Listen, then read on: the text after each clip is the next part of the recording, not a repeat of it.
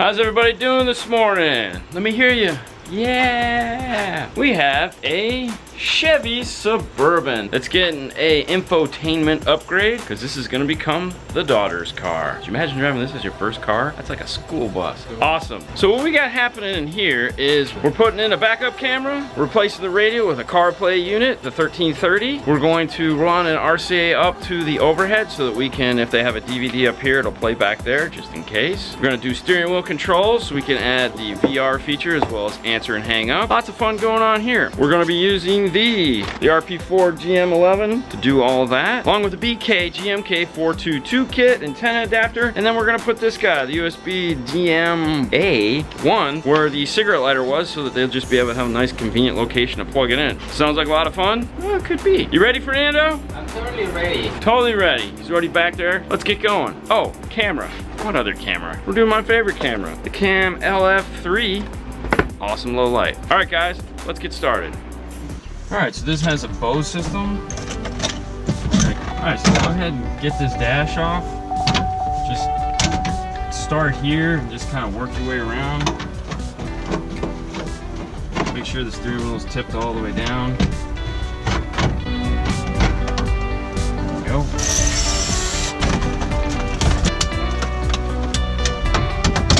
We're gonna put the USB adapter right here. So we're gonna go ahead and snap this off as well.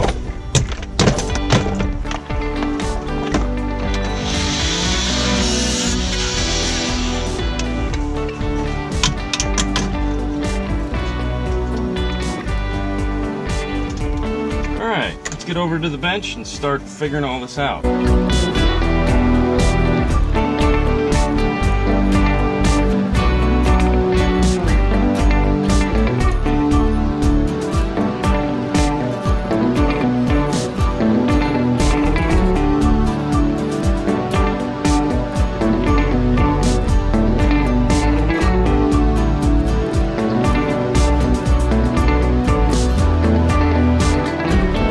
So this Suburban has a Bose system in it, and what that means is that we're going to be using on our harness these RCAs right here. If we didn't have a Bose systems, we'd be cutting these off, throwing them away, but because we have a Bose system, we are going to use them. That means is that we're going to get noise. It just happens. What do we do to avoid getting noise? We like to use these. These are Pack Audio SNI1 noise filters. And what these do is simply just plug in like this. And then this is what is going to plug into the back of the radio so that we won't get noise. This harness has a ton of wires on it, so let's go ahead and talk about those real quick. Of course, it has your standards, your yellow, your black, and your red. Yellow is constant, black is ground, red is accessory. This has a relay, so that's going to allow us to have enough amperage to turn on this camera. We're not going to have to add one. There are two orange and orange-white. So orange, orange-white, they're both illumination. The difference is this is an analog version that a lot of the cars don't have. This is a digital version that most of the systems will get when you add in the RP4. You don't want to connect them together, you want to use one or the other. We're going to go ahead and use the orange-white, so we'll just go ahead and we're going to cap off this guy here. Now the car might not even have this wire in it. You want to check, you know, because you might not even need to cap it off if it is there. Because this is a smart harness, it's going to give you a ton of extra wires. So we have the blue-white on here. This is going to be the amplifier turn-on. So this is what's going to make the Bose amp turn on and give you sound. Now that leaves us with these three wires: the red-white, the purple-white, and the green. Now depending on what pack module you use, or for any module at that matter, these three wires are going to be different on all of them. For example, if we just grab this purple white and we connect it to a Pioneer purple white, it's not going to do what we want it to. On a Pioneer, purple white is reverse. On this particular pack harness, this is not reverse. Now how we can check that is, of course, grab the owner's manual, open it up, and go right here on the cover. All pack modules, they have the wiring colors right on the front. We'll come over here. Purple white is vehicle speed output, or VSS. That's not reverse. In this case, the green wire down here is reverse. What we want to do now is this wire, this is the green, this is reverse. Well, on our radio, it's not.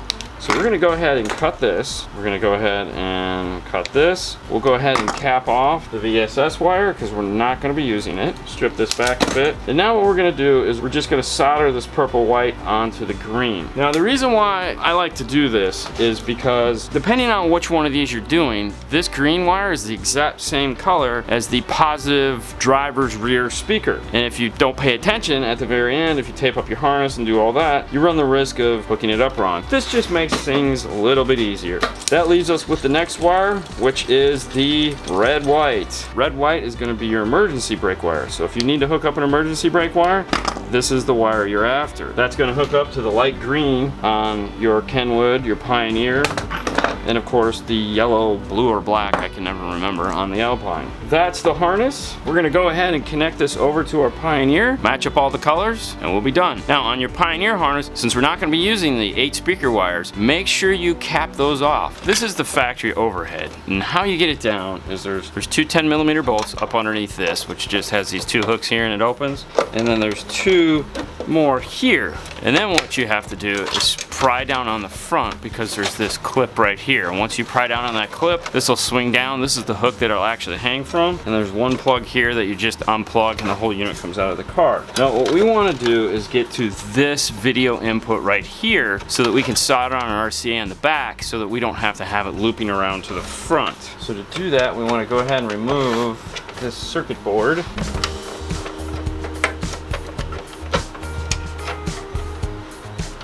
Now really the only reason why I'm removing it is just because it makes it a little bit easier to get to instead of having to do it in here. You could leave it in there and solder on. What we want to do is just solder an RCA onto this side right here. Alright, so what we want to do now is take a digital multimeter, set it to continuity, so it makes one of this cool beeping noise, and we're going to simply put it on the shield here.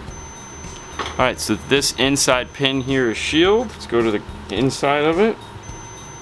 And then this is inside. So we'll put an S here. Now what we want to do is do the same thing. We have a female RCA tip that we have from one of our many other installs. And we just want to check to make sure that this black stripe is indeed the shield.